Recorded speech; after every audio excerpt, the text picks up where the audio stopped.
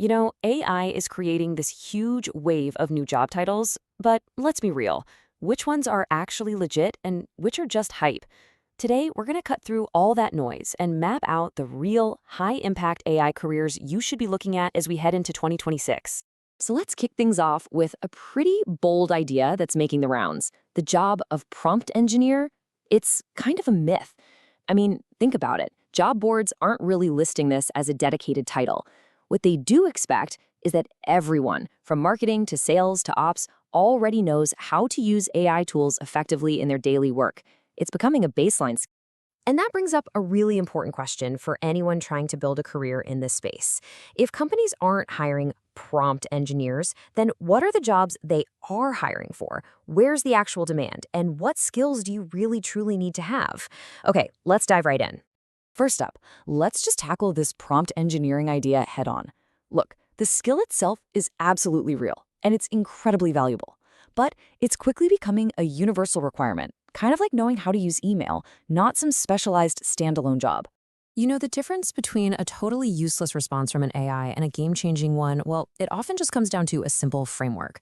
See, most people can ask an AI for something and get back a generic draft that they have to completely rewrite anyway. The real magic, the competitive advantage, is knowing how to structure your prompt to get something you can use with just a few tweaks. That's what makes AI a true productivity tool, not just a toy. And what's so cool about this is how it breaks down effective prompting into 4 super simple steps. It really turns it from this mysterious art into a repeatable science. See, most of us just give the AI a task, like, hey, write me a marketing email. But when you add in the context, the constraints, and a specific format, that is what transforms a generic, kind of meh output into something genuinely useful. So if prompt engineer isn't the job then, what is?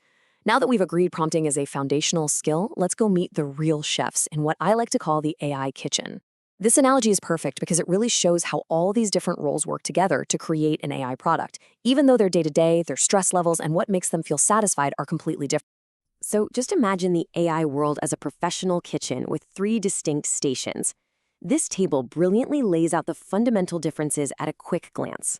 You've got the data scientist, who's always asking why. Then there's the ML engineer, who is laser-focused on reliability at scale. And finally, the AI engineer, who takes the AI and turns it into a feature that users can actually interact with. Each one has a different core question, a different focus, and a totally different set of tools. First up, we have the data scientist. They're working at the prep station, basically taking these crates of raw ingredients, in this case messy data, and turning them into something the team can actually use with confidence. Their entire job is to answer those fuzzy business questions, like, hey, why is our customer churn suddenly up?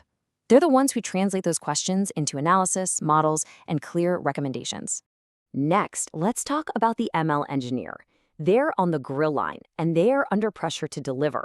They take the models that worked perfectly fine in a notebook and make sure they can run safely, quickly, and consistently for millions and millions of users. Their world is all about building pipelines, deploying models, and basically keeping those systems alive when things get intense in production. And finally, we've got the AI engineer. They're working the pass. That's the little window where the finished plates leave the kitchen. They take all the finished components and plate them into this beautiful, seamless experience for the user. They're the ones wiring large language models into chatbots, copilots, and other smart features so that the end result just feels magical. Okay, so what tools do you actually need to work at each of these stations? While the jobs are pretty distinct, the good news is they all start from a shared foundation before they branch out into their own specialized toolkits. And that good news is that every journey into the AI kitchen really starts with the same 3 basic ingredients. It doesn't matter which role you're aiming for, you're going to need a solid command of Python, a good handle on core math concepts like linear algebra, and the ability to pull data from databases using SQL. That's your starting point. And Python? Well, it's unquestionably the star of that toolkit. I mean, the data from developers' surveys is clear.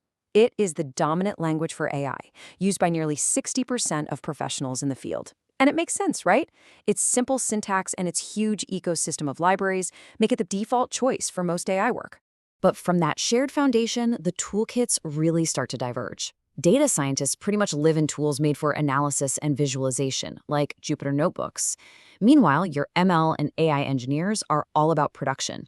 They're using deep learning frameworks like PyTorch and containerization tools like Docker to make sure their models can run reliably at a massive scale. All right, so you've picked a role, you've started building your toolkit. Why does mastering this matter so much? Well, because the demand for these roles is just exploding. Seriously, AI and machine learning jobs have grown by nearly 150% year over year, and you can bet the compensation reflects that incredible demand. Let's talk numbers. For the data scientist, the person who answers those critical why questions for the business, the median total compensation in the US for a mid-career professional is hovering right around $172,000. And that just shows you the immense value of being able to turn raw data into actionable business strategy.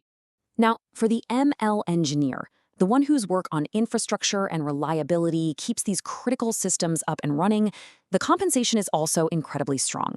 A mid to senior level ML engineer can expect a base salary starting around $185,000. And honestly, the total compensation is often a lot higher than that. And then for the AI engineer, the one building those user-facing features that every company is racing to launch, well, the pay absolutely reflects that high demand. For a mid-level role, total comp often lands somewhere in the range of $150,000 to $250,000, which puts the average right around that 200K mark. So after seeing the different roles, the tools they use, and the rewards that come with them, the only question left is, which station in the AI kitchen is yours? Do you want to be the one who owns the why, the reliability, or the user experience? The right path isn't really about which one is best. It's about which type of work, which flavor of stress, and which kind of satisfaction feels the most like home to you.